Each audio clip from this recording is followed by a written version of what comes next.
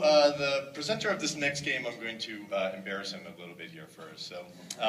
So I was sitting in my office, about 2.5, 3 years ago, and I get this call from this very earnest young man, and he's like, tell me, I want to know what it takes to get into the game design program. I'm currently in community college, and I really want to go to Santa Cruz. I really want to get into your program. Like, what does it take? And I'm like, well, I got to tell you, it's pretty hard, and not everyone is able to get in. You have to get really good grades and execute well. And he's like, okay, all right, well, I can do that. All right, great, thank you so much. Okay, all right, and that was it. Okay, so kind of life goes on, and then I'm sitting in my office, and the student comes in for advising. A year and a half later, and I'm like, wait a minute, you're that guy. You made it. Oh, this is awesome.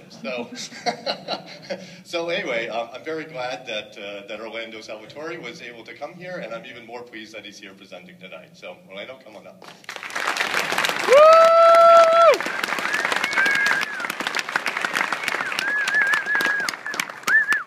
Wow. That was really intense. That was a true story. True story. Jim would not lie. Wow, they caught me off guard. Okay. So I am Orlando Salvatore. I'm from Crow Horse Games, and our game was Fire and Ice. To start us off, I'd like to show you guys a trailer of our game. Oh, or not. Never mind.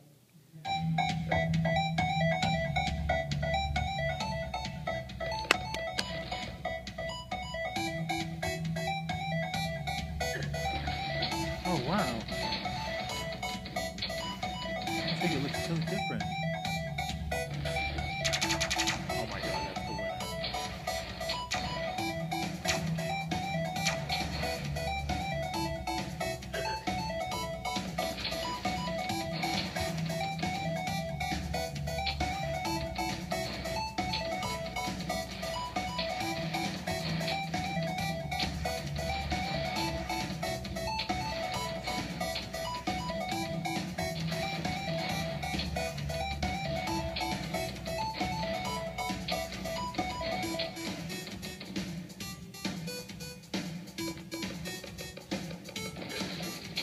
So cool.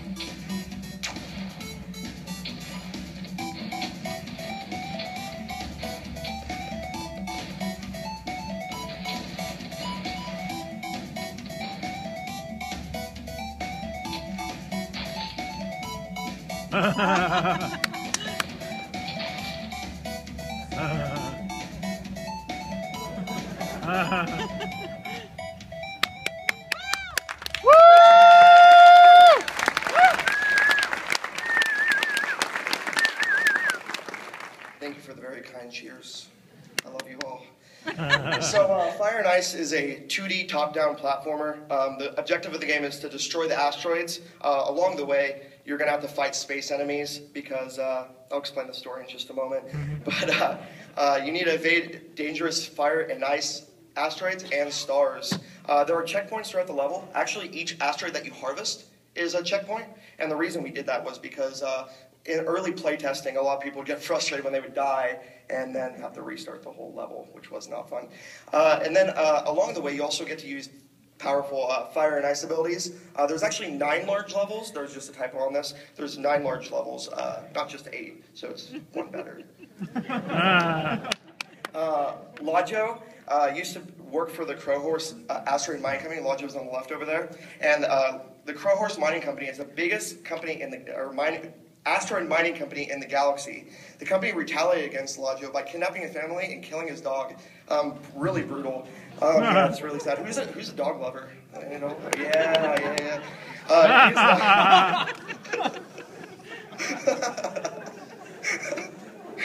He is now on a mission to save his family and destroy all the asteroids to destroy all the resources. The objective of the game is to destroy all the asteroids in each level, as I mentioned before. We have a screenshot of a piece of our UI. We decided to go with a really simplistic design. That is just the count of overall asteroids that's still left in the level, along with your health bar.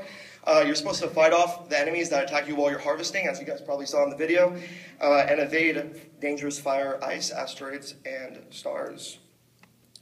But as the enemies increase their numbers, you actually increase your powers, so you can actually use things that used to be hazards to your advantage, such as the fire ability, which allows you to use fire asteroids as a powerful ability that makes you launch off of them, and whenever you collide with an enemy, they instantly explode into a million pieces, which is pretty awesome.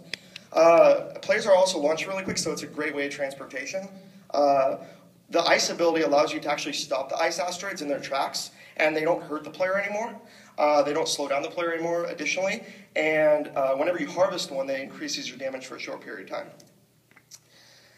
Also, we have enemies in our game, as I mentioned before. The enemies grow in numbers as the game progresses, but again, like I mentioned, your abilities do grow as well. So it just becomes this crazy mashup of just destroying a bunch of space spiders, because we all hate space spiders. They knock you back whenever projectiles hit you. They drop health, and our design decision of why we wanted to make sure that each spider dropped health was because we didn't want people to have to get to a checkpoint or some type of area to get health. We wanted to keep them in the battle as long as possible and keep them fighting against these evil enemies in space. And it's a lot of fun having a lot of enemies on the screen. So in turn, Crowhorse Games is myself, Orlando Salvatore, Jake